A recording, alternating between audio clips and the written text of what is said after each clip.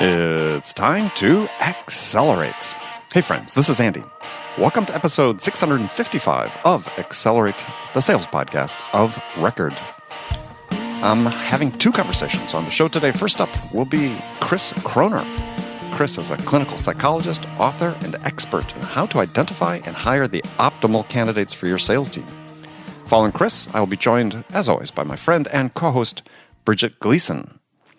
Today's show is brought to you in part by our friends at Discover.org. The Discover.org platform is a game changer for sales and marketing professionals. This feature-rich sales intelligence platform is supported by over 250 researchers who are continually updating the contact data and providing account-specific insights to help sales and marketing teams break ahead of the pack. You want to see the product live at discoverorg.com/schedule-demo. That's discoverorg.com/schedule-demo. Okay, up first on Accelerate this week is Chris Croner.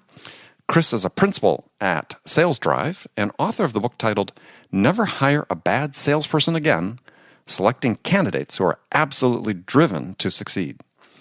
Now, if you've listened to a couple of recent episodes here on Accelerate, you've heard me recommend Chris's book. So I wanted to have Chris on the show to dive into it in greater detail.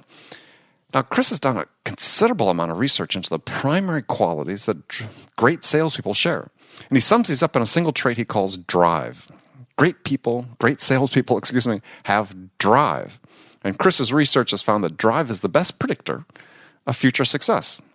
So we're going to dive into what drive is, what it looks like, how to spot it, and how to hire it. Okay, Chris Croner, welcome to the show. Andy, it's a pleasure to be here. Thank you. So joining me today is Chris Croner. He's a principal at SalesDrive and the author of a book called Never Hire a Bad Salesperson Again, Selecting Candidates Who Are Absolutely Driven to Succeed. So, I read your book. It's a good book. I mean, it's hard to argue with the message never hire a bad salesperson again. I think that's everybody's sales manager's dream. Yes. But quite the challenge because, of course, especially in sales, one of the most frequent complaints that we'll hear is sales candidates can often be very skilled, if you will, at presenting themselves as a very effective salesperson, sometimes, again, particularly as a very effective hunter salesperson. But that job really requires a degree of psychological rigor that many other positions don't.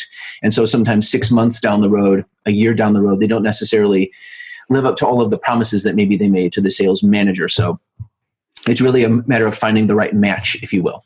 Yeah, well, we'll get into the process because that's certainly one question we'll get to is sort of these outdated stereotypes that the hiring managers use to typecast, if you will, or stereotype the candidates they're looking for. But really, the central theme of your book is that you have identified this characteristic, which is really a combination of three characteristics. You call drive as being the central element for success in salespeople, that they either have this and they are increase their odds of success, or if they don't, certainly the odds of succeeding are substantially less. So let's go through what those three elements of drive are. So of course. First one, achievement, you talked about. Mm-hmm. So what does that mean? Need for achievement. So by way of a bit of background in terms of how we derived these three elements, we started out over 15 years ago now, researching everything that had been published on this topic academically over the last, 85, almost 90 years now, as well as looking at our own work, doing behavioral interviews with sales candidates, and then circling back with their managers thereafter to find out who really does become successful. And of course, when we looked at all of that data, we found many of the things that you might, again, expect to be important, kind of the stereotypical things, if you will, in some cases, were in fact, in many cases, very important. Things like persuasiveness, and relationship skills and organizational skills. All of those were important. Mm-hmm. But above and beyond any of those by far, as you suggest, were these three non-teachable characteristics that continue to stand out and again differentiates those high-performing hunters. And yes, that first element is that need for achievement. And when we talk about the need for achievement, we're talking about the person who wants to do well just for the sake of doing well. So the person who's high in need for achievement, they just naturally want to set the bar high. They want to jump over that. Then they want to set it even higher again the next time. So they're constantly focused on producing excellence just for the sake of excellence. That's the first piece. Think of that kid in school that just wants to get an A, if you will. Right. All right. So let's break that down a little bit. So the first thing you said is that these three core traits we're going to talk about, they're non-teachable or non-learnable. Right. And so someone can't learn how to become more achievement-oriented? Well, past the age of about 21, 22, that's a question I'll often get after a seminar, for example, is, what about my kids? What leads someone to being high in drive? And yes, you can teach these things throughout childhood, of course. We find that there's really a combination of two things. There's nature and nurture. So on the nature side, there's the way the person is wired naturally at birth. Sure. There are 5 key, of course, personality traits that psychologists use to kind of give the taxonomy of personality, one of which is what we call conscientiousness. And there's an element of conscientiousness called achievement striving. And that's the piece that we're talking about here. So that's the way, number one, that child is wired at birth. But then number two, the way that they are raised. So specifically, if you want someone who's going to be high in need for achievement, you hold them accountable for their behavior. It could be they're held accountable for their academic performance. Maybe it's their sports performance, their athletics. Maybe it's they're in band, or maybe they're just watching their brothers and sisters. Whatever it is, they're held accountable in some way for their performance. That combination, the nature side and the nurture side, by the time the person's in their late teens, early 20s, it's relatively solidified, we find. Okay. So just so people know, you're a psychologist. Yes, my background's in clinical psychology. That's my PhD. Right. So as people sitting there hearing Christopher talk, it's like, yeah, he's not blowing smoke. He's studied this, PhD in it. Just so, if not, it's a sales dork like myself that's talking through his hat, but actually has studied this. So yes, but sort of raises the question that everybody always sort of asks: are good salespeople born or are they made? And this starts trending toward the born territory to some degree. Mm-hmm. I would say born, then made. So on the born side, there's that drive element. We can talk about the other two elements as well. We will. And on the made side, there's those teachable characteristics. We can certainly work on things like persuasiveness and confidence and relationship skills and organizational skills. All of those things absolutely can be taught. But if we're asking someone to be an effective hunter, when I talk about hunter salespeople, I'm talking about the sort of individual that has to, again, go out and acquire new accounts. So psychologically, we're looking for someone that's going to be able to knock on the door, whether that's in person or over the phone, get that door slammed in their face, then knock on the next door with that much more certainty and conviction. And that's a very special person when you think about it psychologically. So that's why we're applying this rigorous technique to identify, okay, what are the key characteristics up front that lead someone to being effective in this role? Of course, keeping in mind we can teach some of the others, but then how do we select for these types of characteristics? Because many sales managers, quite frankly, are frustrated. They kind of throw their hands up in the air thinking, well, I'm going to kind of get a good feel if this candidate hits my gut as somebody who'd be a great salesperson. Then, of course, that's the path to being disappointed if they're not matching. Yeah, gut feel is usually not the good feel. So, so this need to achieve, and I think before we move on to the next one, is just so people understand, is this is not tied to money. This is tied to achievement itself. Correct. Now, there's an important distinction here, because many sales managers will come to us saying, this is the format I use when I select salespeople. I'll look for someone who has a mortgage, couple car payments, kids in school, all of these external so old-fashioned, by the way. It is. But they look for these external pressures. And yes, those things, of course, can be very motivating. But the key question is, once those pressures are relieved, as eventually they will be, now how much effort is that person going to put forth?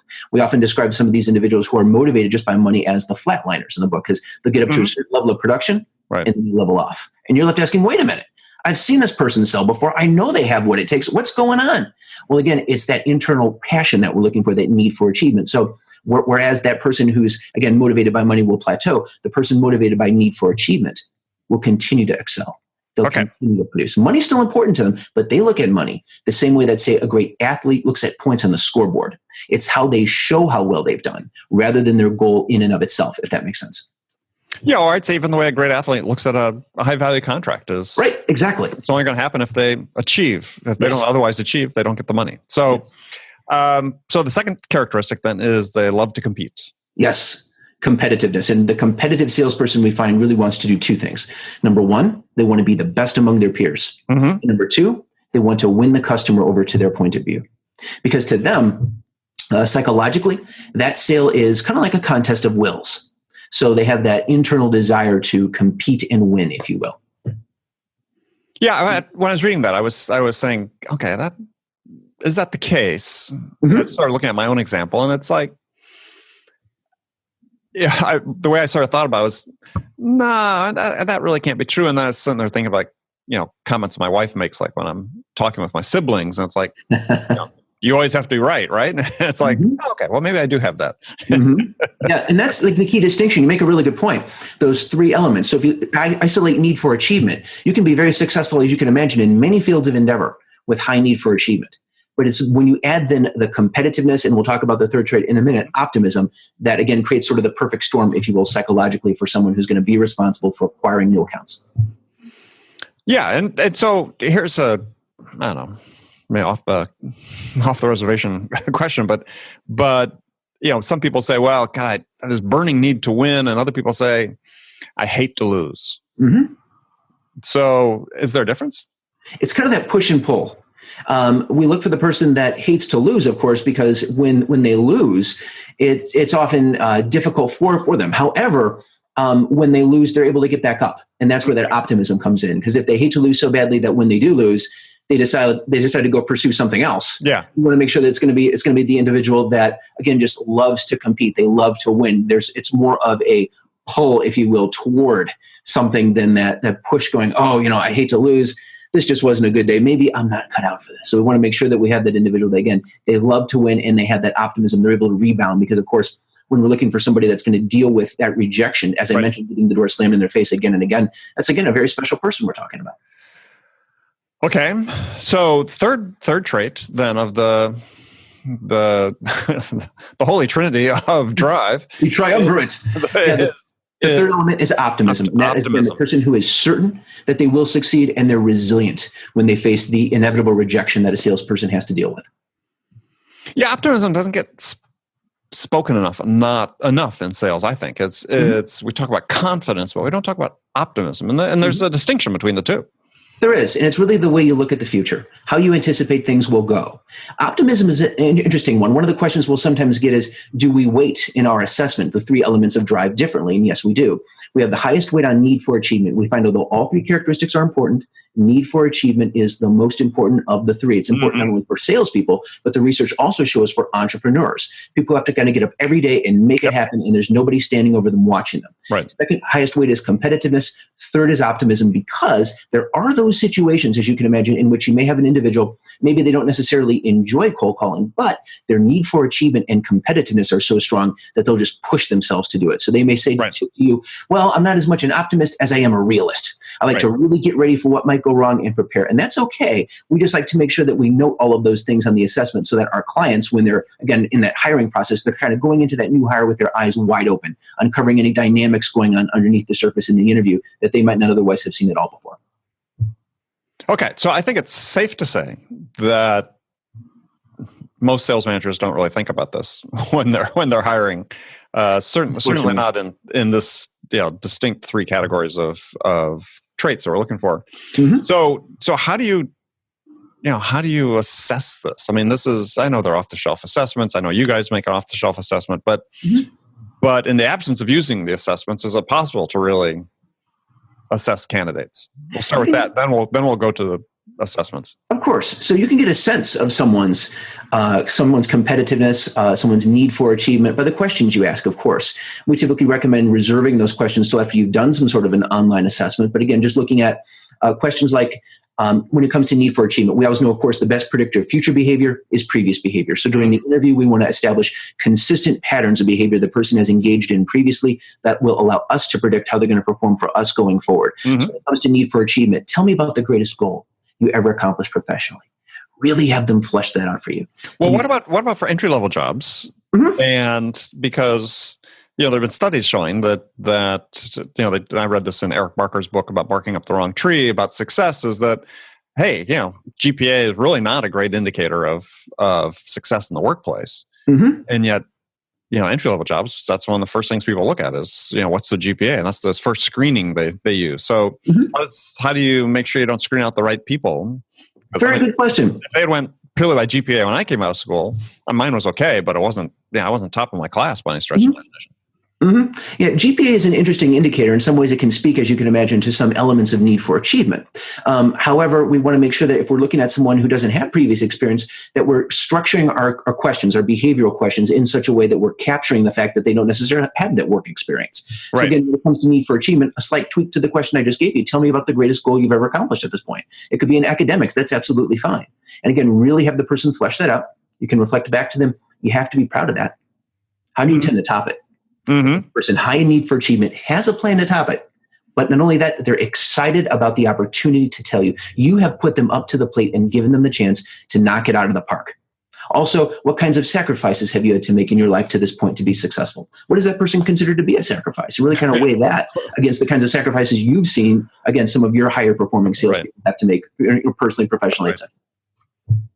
So another thing that was interesting in the book, and I've actually had written about this before, but in a little bit different context, is you compare this idea of doing the assessments and this rigorous interviewing and so on to the process the NFL uses, the teams use when they assess players coming out of college they want to choose in their annual draft. Mm-hmm. And certainly, they invest millions of dollars and bunch of human resources to make this happen, and very scientific. And the assessments they use, the tests they use, the Wonderlic, all that stuff. Mm-hmm. No, really good point. And again, they are very scientific. But their success rate sucks. Yeah. And that's sort of the cautionary tale to this about never hiring a bad salesperson is that you can do everything right, and still the outcomes aren't. It's not going to be 100%. I mean, in the case of the NFL, there's the fact I'll throw out for people is that, only 30% of first round draft choices ever make the Pro Bowl more than once. Mm-hmm. Or no, only 30% make the Pro Bowl, and most of them only make it once, right? Mm-hmm. So in terms of the people you spend all this time assessing and thinking they're the greatest candidates and they're going to achieve the highest, the risks are still there that they don't, given once they're put into the environment. So anyway. No, you make a very, very good point. That's why we always have to look at all of the other elements of what we might think of as the sales ecosystem. Mm-hmm. So yes, in this case, we're looking at the person's personality. That can be analogous to athletic ability. That's a very important thing. Absolutely. But then at the end of the day, you're exactly right. There are many other things. Fit with the company culture, fit with a compensation plan, fit with a management style. All of those things come together, yes, at the end of the day to determine whether the person will be successful. We focus at SalesDrive on that athletic ability, if you will. How high can they jump? How fast can they run? That drive element. And that's an important piece, but you're absolutely right. It's not the only piece. So it's always important, again, especially to the extent that we can in our hiring process, to cover all of those other elements of the ecosystem as well. Yeah, well, I think that's really a critical point for people. And I have presented and have courseware for people about how to have a fairly rigid, standardized process for hiring and assessing. Mm-hmm. Well, hiring, assessment being part of that. But your point is absolutely true. Is that too often hiring managers aren't gathering data points. Right? Mm-hmm. We're doing things anecdotally. Yep. And if you should really look at your hiring process as really a risk mitigation process. Yes. And so if you're saying, look, I'm trying to mitigate the risk, I know it's not going to be 100% successful, but I'm trying to mitigate the risk of failure. Mm-hmm. Then, one of the things you want to do is you want to gather as much data as you possibly can about the candidate. And so let's talk about your guys' specialty, which is these online assessments or assessment tools. Mm-hmm. I'm a big believer that every candidate that you want to, when you get to a certain stage in your process, once you've screened them and you decided, look, they're worth interviewing, I recommend before you interview that you do the assessment and make another judgment after you've done the assessment, whether they're worth bringing in for an interview. Right. Yeah, certainly it's the value of your time. The challenge that many companies will have is they'll be tempted to use the assessment the wrong way. And I'm sure you've seen it. They want to use it at the very end of the process. Well, or they want to put too much stake in it. Yep. And no reflection on your assessment, because I haven't taken it other than reading in the book and looking at your assessment examples you gave in the book. But I remember getting a call once from a client saying, I just hired this VP of sales and it's just not working out. And we gave him this assessment, and it's one of the well-known off-the-shelf, assessments that we all know the name of. Mm-hmm. And he did really well on it, but he's horrible. And these assessments suck. And it's like, dude, you took that as you weighted that more heavily than the interview you had with the guy. Wow. Right? Yeah. I mean, you can't do that. I mean, so get your thoughts about this. And you talk about the sum is, I think you need to have 7 or 8 or 9 different data points during an interview process and screening process. Yes. That you create a scorecard of which the assessment is one of the things that you're scoring somebody on. Yes. But by the same token, the interview is only one of the things you're scoring on, and it's not necessarily weighted any more heavily or lesser than some of the others. Yes. I like, that's such a good point, just to talk about that example a little bit. So this was a VP of sales and they relied just on the assessment. Well, they interviewed him obviously, but yeah. I think what he did is he overrode his gut instincts. Wow. Yeah. Because the assessment said, he scored really high on the assessment. And it's like, even though we were saying don't rely on gut, he ignored his gut, which can be equally as dangerous. Very, very true. We found that, again, the assessment process, when it comes to those leadership roles, we rely on that much less. We don't use our assessment, for example, for any leadership roles, unless, of course, the person's a player coach, just to determine the potential on the player side. So we just focus on that person's ability as a salesperson. So it's all about putting the results in context. I like to say the well-constructed test is like the X-ray. It allows us to determine, there's something here. Then the well-constructed behavioral interview is like the CAT scan. The person has done well on the assessment. That's great. That's not the be-all, end-all. They've now earned the privilege to be grilled by you in the interview. And that's where you bring them in and you continue to verify those elements of drive using those well-constructed behavioral interview questions. And then you also look at, again, those more teachable characteristics. Things like, again, confidence. Does the person have a thick skin? Can they kind of handle when they get rejected? Persuasion. Does the person enjoy selling and negotiating? Will they move the sale from the first call to the second call to the close? Relationship skills. Is the person comfortable reaching out to other people socially? And then organizational skills. Is the person comfortable dotting their I's and crossing their T's? All right, well, let's talk about the interview process. So let's say somebody has done a good job on the assessment, or not they do a good job, but they scored well. Again, most companies, hey, we'll bring somebody in, talk to 3 or 4 people. Everybody's got their own questions they ask, which is, again, hey, friends, that's old-fashioned. It's not what happens anymore. Again, we're talking about data. We're trying to get a data-driven process for hiring somebody.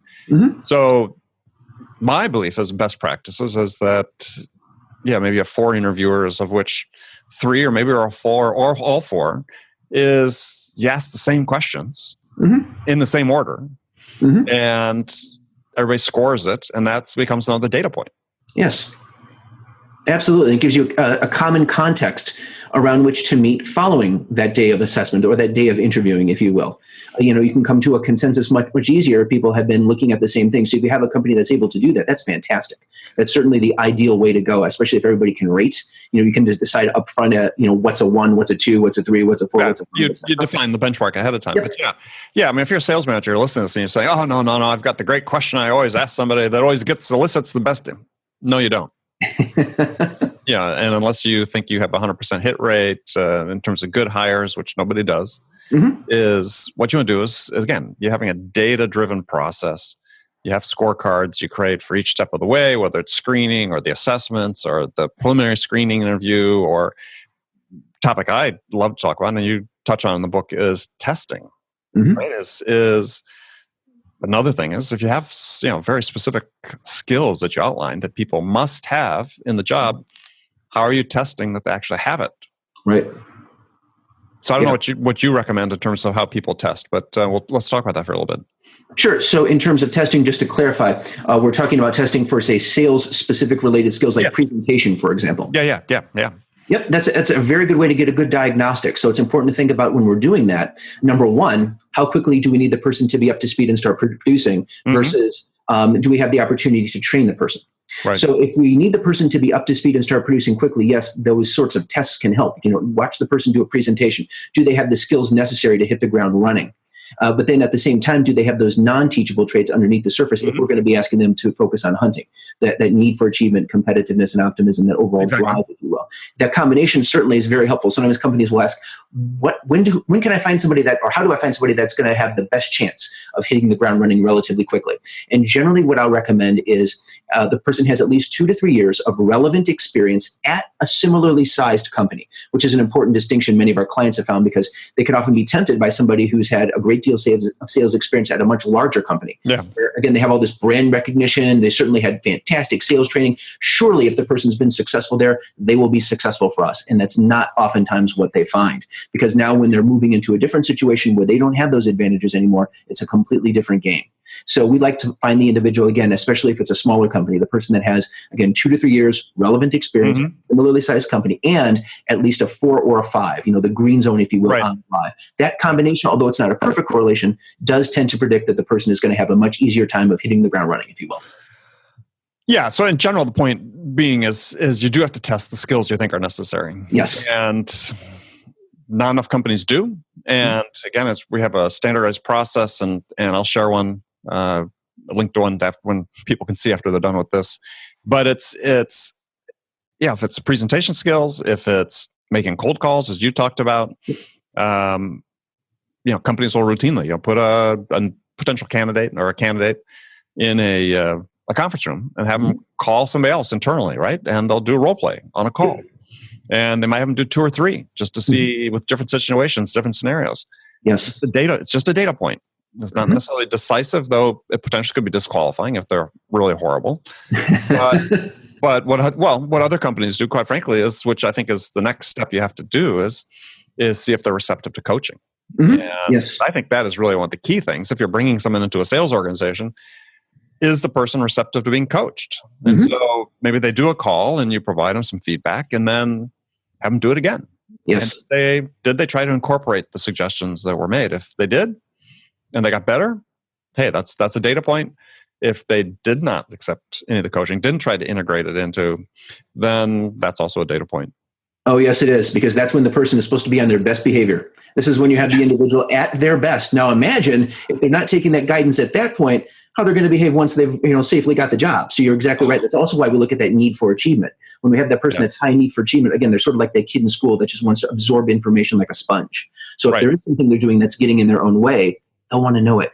Here's what you can do to make your presentation even more powerful. And they'll want to take that guidance. Right. So the other thing, though, too, is in addition to asking the same questions, is you do need to have somebody whose job it is to do the deep dive into the background of the person. And, that should probably be the hiring manager. But again, at that point, you're not asking your killer interview questions. You're just going through and learning what it is they did, how they perceive what they did, what the value of it was, and be interested if you had any other suggestions for people when they do that deep dive on the background. I do, yes. So relative to the person's resume review, say, we typically recommend for each position the person has held, ask 3 questions. Number 1, of course, give me the basic job description. What did you do in that role? Number 2, if you were on a sales team, where did you rank on the team? Of course, the competitive salesperson will know exactly where they ranked on the team. And number 3, what got you to move on to the next position? And when you ask that third question, what got you to move on to the next position? I'm sure you've heard people will occasionally have somewhat guarded answers like, there were some disagreements with my supervisor, or there were some misunderstandings regarding my salary, things like that. When we start getting those more guarded answers, I advise our clients to use what we call the magic wand question. Okay, if we had a magic wand and we could change 3 things about the job so you would have never wanted to leave, what would those 3 things be? And that's when you start to get a kernel of the truth. All right. So say that again. What are the 3 things you would have changed about that job so you wouldn't have left? Exactly. So if we had a magic wand and we could change 3 things about the job so you'd have never wanted to leave, what would those 3 things be? Because now we're asking a very difficult question, but we're asking it in a very positive way. Yeah, I like that. That's a very good question. And they may say, let's see. My assistant wouldn't have quit. I would have gotten paid more. Wouldn't have been able to the sales VP. They give you something you can start to dig in on. And then the key is to see whether or not that behavior has emerged in other situations as well going forward. Because as we discussed, the best predictor of future behavior is previous behavior. So the more consistent examples you can find of that behavior emerging in the past, the more reliably you can predict that it's going to come to emerge for you going forward.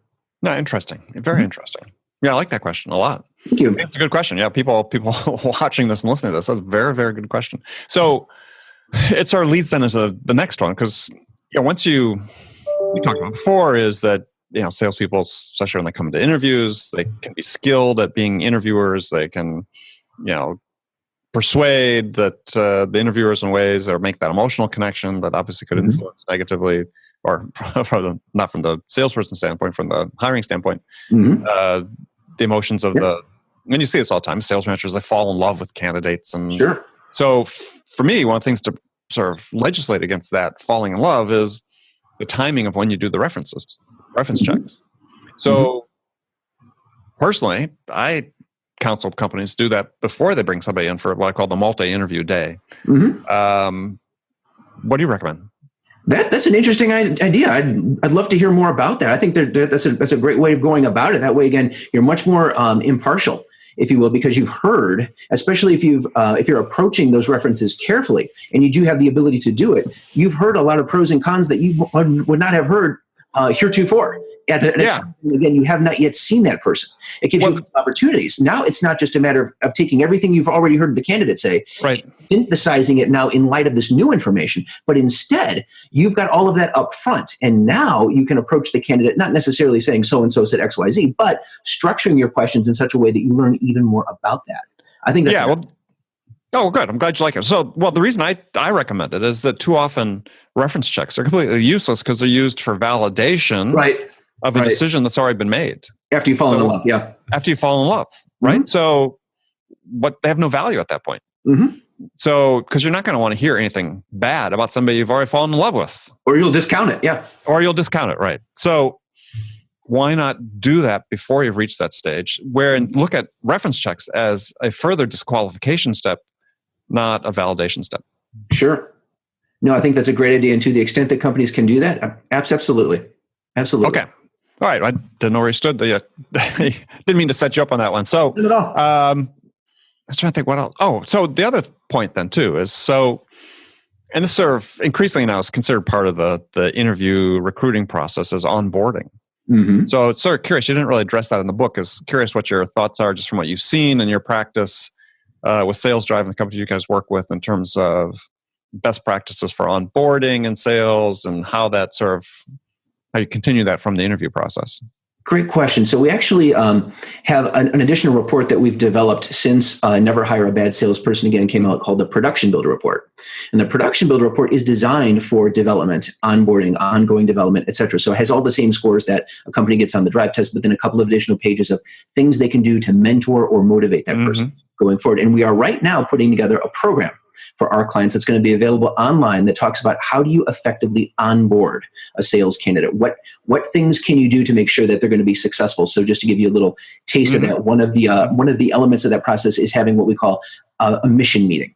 Sitting down with that person and really deciding what's important to them personally going forward. What goals do they want to hit going forward? And what goals do you want them to hit? And kind of working together to come up with a plan for that individual that satisfies both of those sides, if you will. So we're going to be talking a lot about that in our...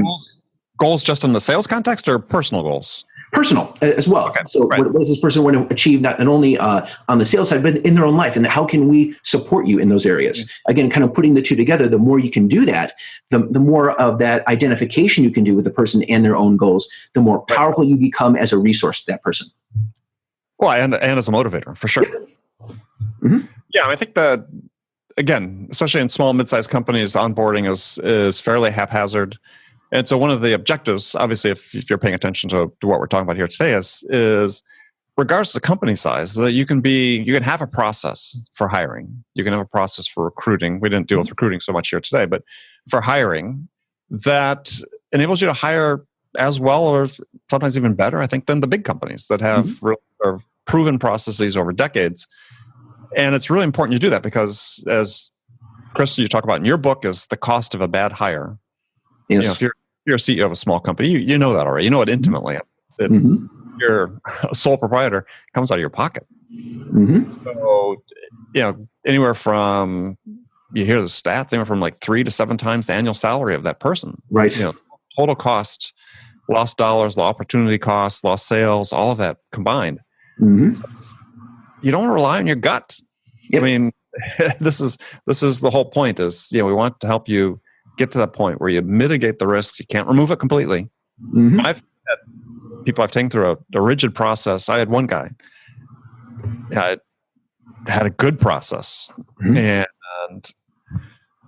guy showed up at work and basically within the first week had his feet up on his desk and was reading the Wall Street Journal. And I'm like, and references were great, and it's just like, though I did the reference checks, I'll admit I did them after we'd made the decision to hire. But who knew, right? Right. Right. And that it sort of goes back to your example with the NFL. You can have that great combine. And yes, that's an important thing. But then again, now we need to look at, again, all of those other elements as the person comes on board. How do we make sure that that experience is as successful as possible? And then ongoing as you continue to meet with them, continue to be with them, not only as a coach, but also a mentor, if you will. So I think that's very, very important. Well, and so it brings up another question, which, again, you don't address specifically in the book, but or at least I didn't see it, is this whole idea of we bring somebody on, they're on probation. And like I did with this gentleman that read the paper instead of making sales calls. Yeah, I got rid of him within 30 days. And again, you sort of compound your risk if you're not prepared to do that. If you don't hire people with the understanding, and you're not trying to be cruel, you're not trying to be mean, but you are making a bargain with someone, you're striking a deal with someone that, you're going to do your job, we're going to do ours. Yes.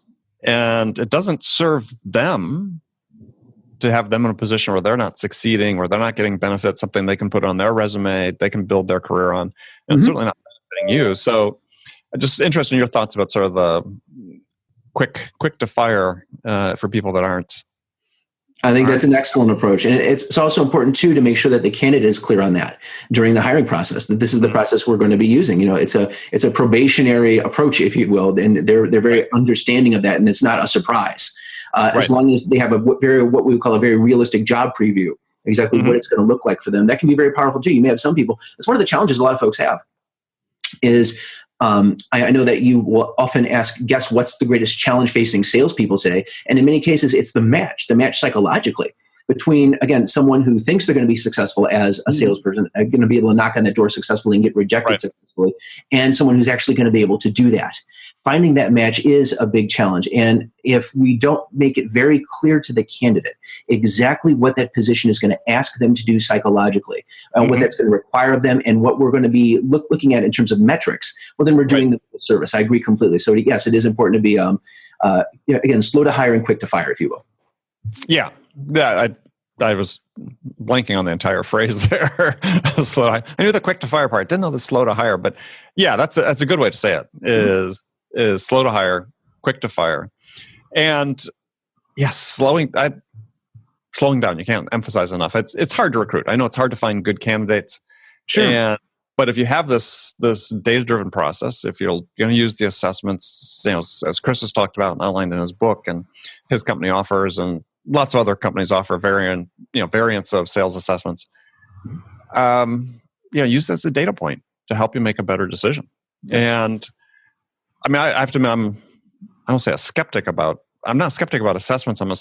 Sometimes I think assessments are oversold.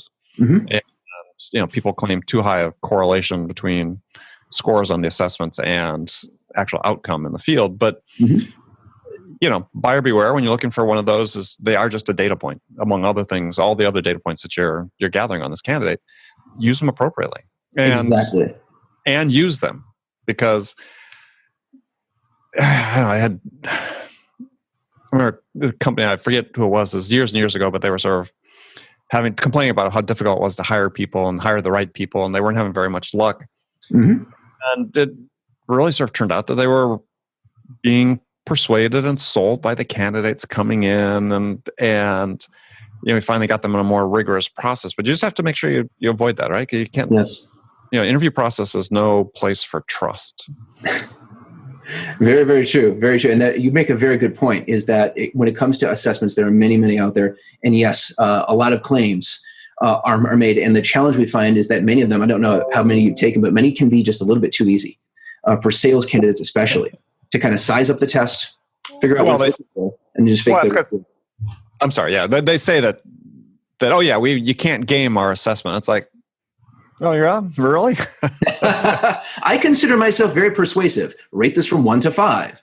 Yeah, something like that. Everybody's going to say there are 4 or 5. Incidentally, we use a question format called forced choice to eliminate that.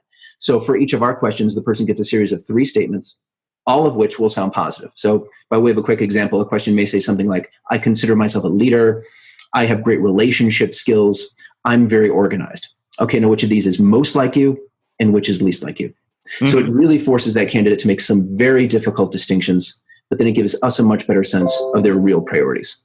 Right. So again, This is a little bit different of a format. It's very challenging, but we're constantly monitoring their consistency as they respond. Because as you can imagine, if they do try to fake the test with that format, it's going to be very difficult for them to remember consistently what they ranked most at least across the entire assessment. So again, designed to be more robust than the average. Good. Well, and I think that if you want to learn more about that, you obviously want to check out Chris's book. He'll give you the information in a second. They've got sample questions in there, but this whole process, you can come to my site and we'll have a link on a course you can take on a more data-driven sales hiring process, which every company should try to implement something that says more standardized, more data-driven, just reduce the risk. And that's the same thing we do in sales, right? I mean, when we're selling to a prospect, we're trying to help them reduce the risk of buying from us. Exactly. And so similarly, we're trying to reduce our risk of basically buying this product from this person that wants to work for us. Exactly.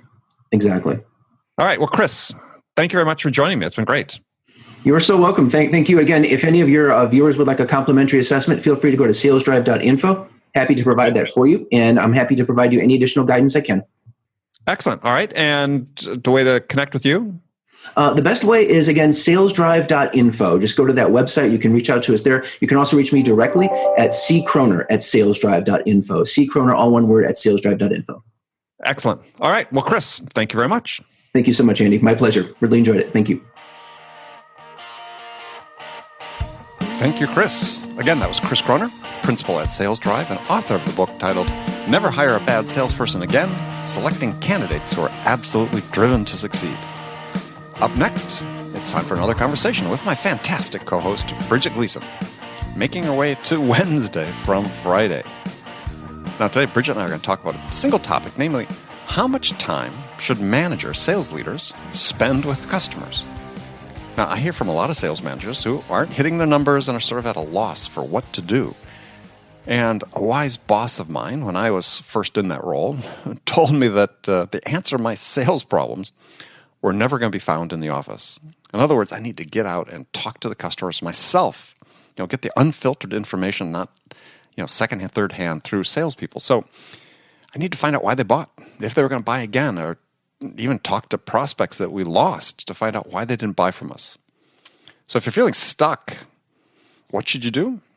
How much of your time, what percentage of your time should be devoted to actually talking to customers, to really finding out what you should be doing?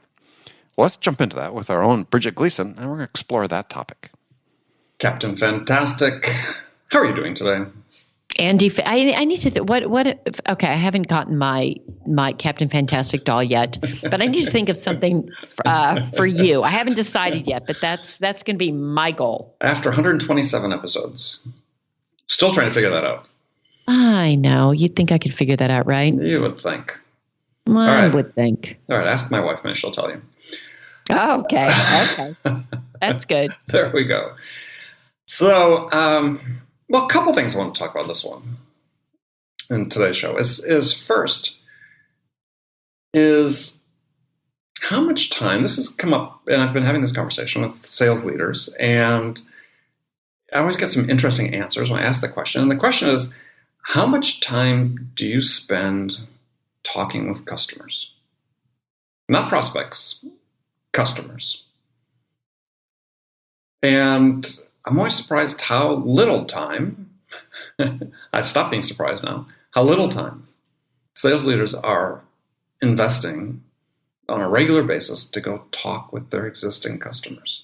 And there's so much to be learned from doing so. That's why I'm baffled. And you learn why they bought from you, what resonated in terms of your value proposition, what the buying experience or the customer experience was like working with your sales team.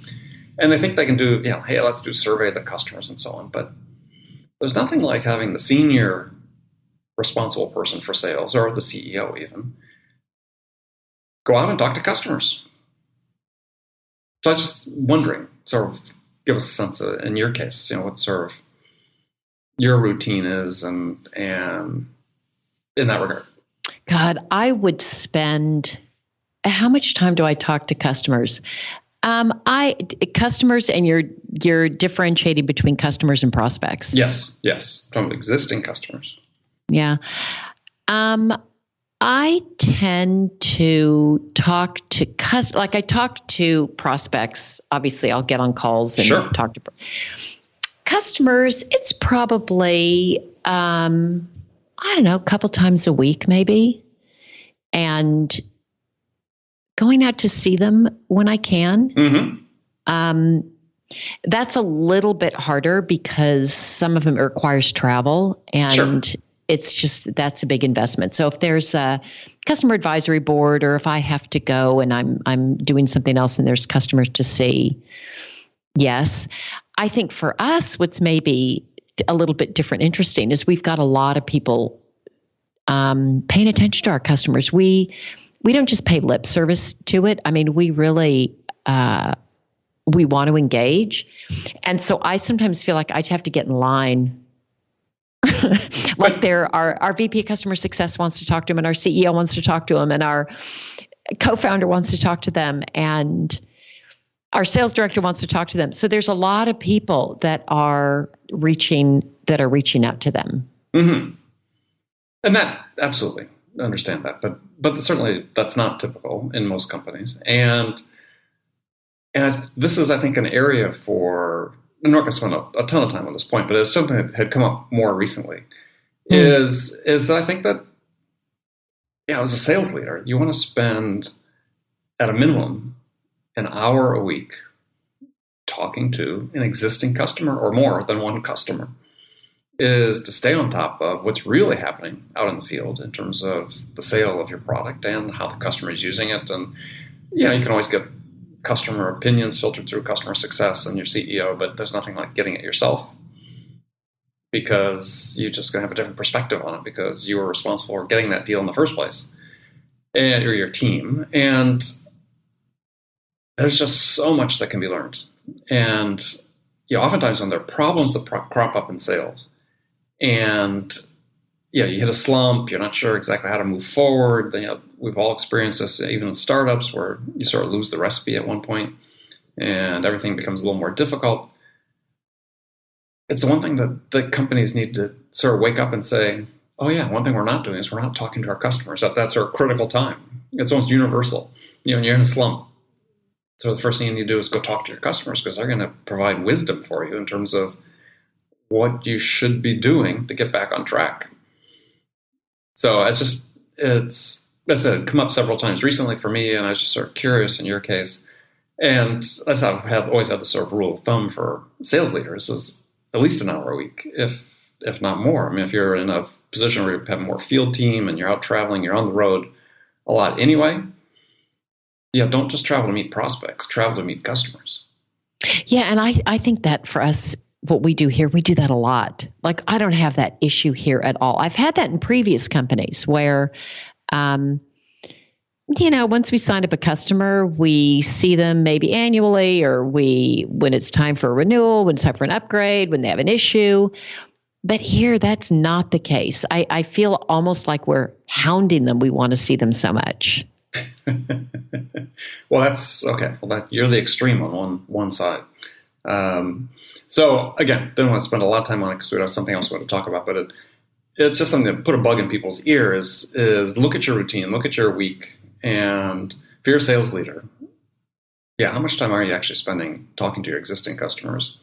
And if it's not at least an hour, if you're not having at least 2 conversations a week with an existing customer, put it on your calendar, make sure it happens. Well, and I think that's right.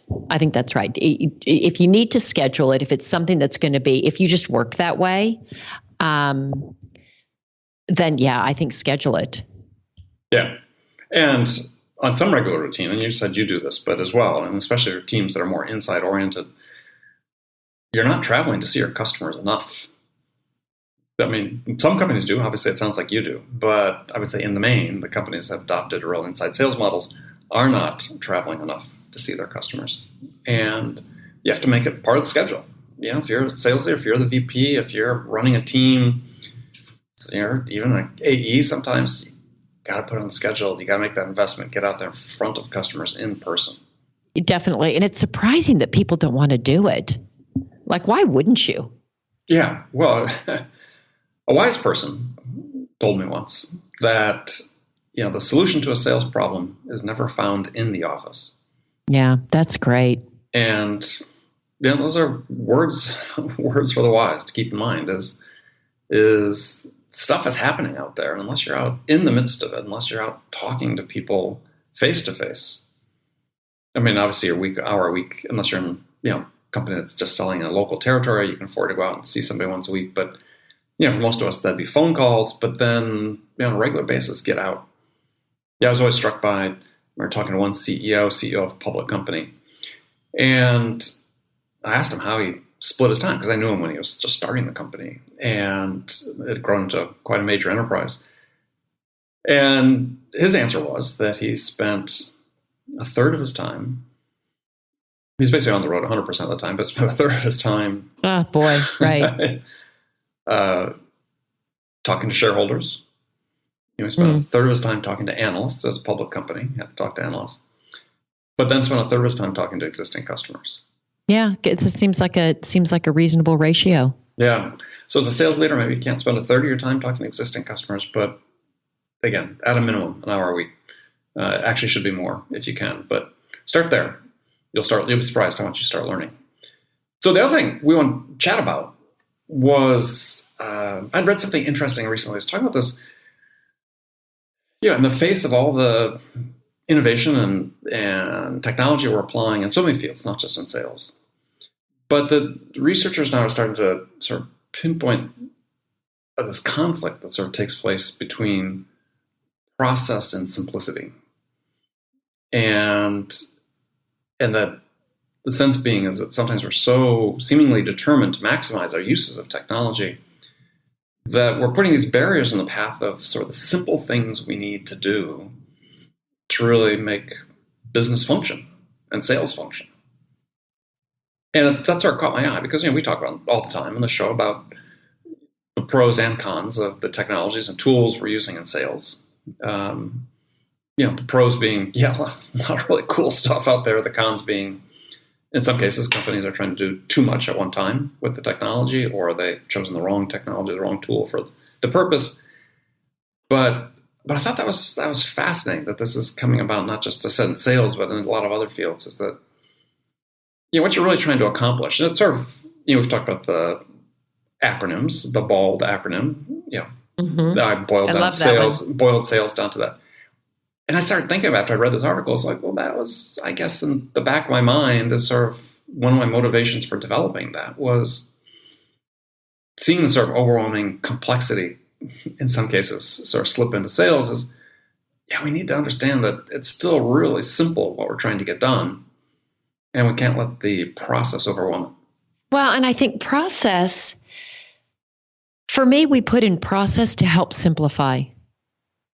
That's why I want process. I want process to simplify. I want process to streamline. I want process to make it easier, not harder.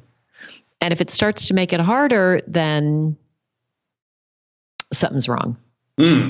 So I look for process to make things easier and to make things simpler. Yeah, well, bravo, right? I mean, I think that the trouble that we see in many organizations is that process is inherently inward focused, and a customer never buys based on your sales process, right? I mean, they're not buying your sales process. I mean, there's certainly might be influenced by the customer experience of buying from you, but I don't hear as much as I used to, even just a couple of years ago, where you'd hear companies and salespeople sort of leading off their pitches talking about their sales process. And it's always sort of like, customer doesn't really, you think that's a value, the customer really doesn't care. But it's just the opposite, right, of almost anything. The only reason I think the customer does care about sales having a good process is it less painful to interact with them. Oh yeah, well that's what I'm saying, is they're certainly influenced by their experience buying from you. Absolutely. Yeah. I mean, that's why if you're focused on your process, as you talked about, is how do I keep my process on the path of simplifying things? That's fantastic. But as you know, on this show and on Accelerate with my non-Bridget guests, is I asked my non-Bridget. What? There are people who aren't you? Other guests on the show? Oh my God, I didn't know that. The nerve. I'm done. Right. She says, I'm done. That's it. Captain Fantastic signing off. Signing off the last time. Goodbye. Yeah, really. Yeah, we've been doing it in secret. Okay. Yeah. Got to get out more. Yeah, you definitely got to get out more. So, sorry, I made you lose your train of thought. I made me completely lose my train of thought. These personal attacks. What can I say? I ask all my guests at the start of other than you, at the start of each show is, what's the single biggest challenge that sales reps are facing? And it's this whole idea of being overwhelmed. Yeah. We've talked about that. Yeah. And what that really points to is people doing the opposite of what you do, is not consciously using their process and the technologies to simplify things and to keep the sellers focused on what the buyer is trying to accomplish. But again, it becomes almost like the process itself, becomes so important. And you sort of see that because we've got sort of a proliferation of titles happening that are all involved in the sales process, operations, enablement, blah, blah, blah, blah, blah. And everybody wants to have an influence. So you can see where, if the situation is right, is that can complicate things. Right. Definitely.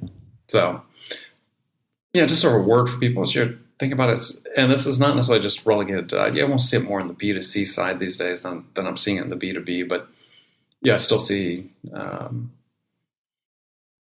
remember an ad a few years ago for some local company that I was watching on TV. And the whole ad was about how they say, we've got this incredible process. You call us, we're going to call you back within 24 hours. And I was like, wow, it takes a process to guarantee to call somebody back in 24 hours. Now, if you'd said 15 minutes, I might have been impressed. Yeah, that would have maybe gotten your attention a little bit more. Yeah, so if you're going to brag about your sales process, the point being is it has to have something of value. Have something to brag about. Have something of value to the people that are buying your product. I've never imagined, or never had a customer, you can imagine a customer testimonial. Yeah, I bought from Logs.io because they've got the most delightful sales process. You really should try it. Make sure you talk to Bridget. Yeah, that'll do it. That'll do it. Yeah, I'm sure you can start putting those testimonials up on your Facebook page. Do I need to have a Facebook page? Oh, I thought maybe the Logs.io fan page or whatever. Yes. Okay. Yeah, the Logs.io. I thought you meant like my Facebook page. Oh, we could do it on yours. I'd have to go look at it. You don't have personal business testimonials pinned to the top of your Facebook page? Not yet. Not yet. Okay. Personal branding. We had episodes about that. We should talk about that. I just wouldn't do it on Facebook. What's that? I know. It's the next thing. I don't know what that makes me. I don't know if it makes me old, young, stupid. I don't know what it makes me, but I don't do it. Yeah, well, I mean, my kids are millennials. They're not active on Facebook or really any of the social media platforms. So there you have it. See, and I don't think they're alone. I think there's a whole swath of digital natives that have sort of decided that that's not where they want to spend their time. So, all right. Anyway, back to the point. Don't let your process overwhelm your simplicity. Keep the focus on the customer. Customer is never buying because of your buying process, or your selling process, excuse me.